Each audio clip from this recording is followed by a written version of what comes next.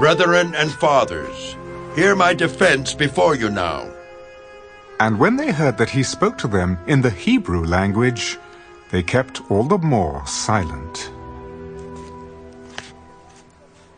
I am indeed a Jew, born in Tarsus of Cilicia, but brought up in this city at the feet of Gamaliel, taught according to the strictness of our father's law, and was zealous toward God as you all are today.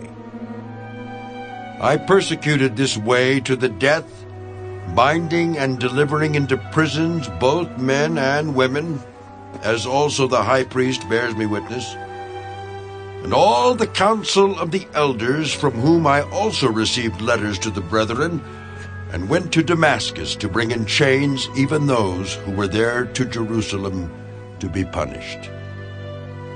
Now it happened, as I journeyed and came near Damascus at about noon, suddenly a great light from heaven shone around me, and I fell to the ground and heard a voice saying to me, Saul, Saul, why are you persecuting me? So I answered, Who are you, Lord? And he said to me, I am Jesus of Nazareth, whom you are persecuting. And those who were with me indeed saw the light and were afraid, but they did not hear the voice of him who spoke to me. So I said, What shall I do, Lord? And the Lord said to me, Arise and go into Damascus, and there you will be told all things which are appointed for you to do. And since I could not see for the glory of that light, being led by the hand of those who were with me, I came into Damascus. Then a certain Ananias, a devout man according to the law, having a good testimony with all the Jews who dwelt there, came to me, and he stood and said to me, Brother Saul, receive your sight.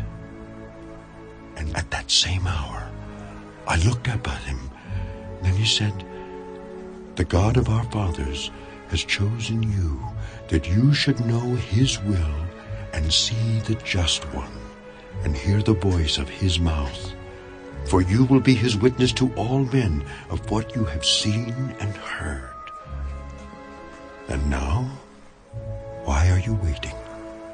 Arise and be baptized, and wash away your sins, calling on the name of the Lord.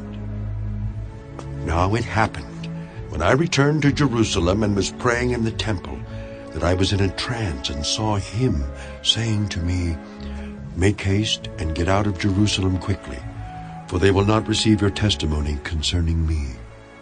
So I said, Lord, they know that in every synagogue I imprison and beat those who believe on you. And when the blood of your martyr Stephen was shed, I was also standing by, consenting to his death, and guarding the clothes of those who were killing him. And he said to me, Depart, for I will send you far from here to the Gentiles. And they listened to him until this word, and then they raised their voices. Away with such a fellow from the earth, for he is not fit to live. Then, as they cried out and tore off their clothes and threw dust into the air, the commander ordered him to be brought into the barracks, and said that he should be examined under scourging, so that he might know why they shouted so against him.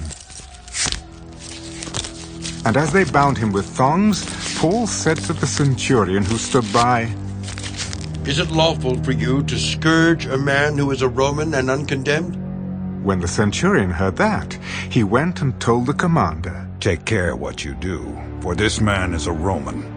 Then the commander came and said to him, Tell me, are you a Roman? Yes, With a large sum I obtained this citizenship. but I was born a citizen. Then immediately those who were about to examine him withdrew from him. And the commander was also afraid after he found out that he was a Roman, and because he had bound him.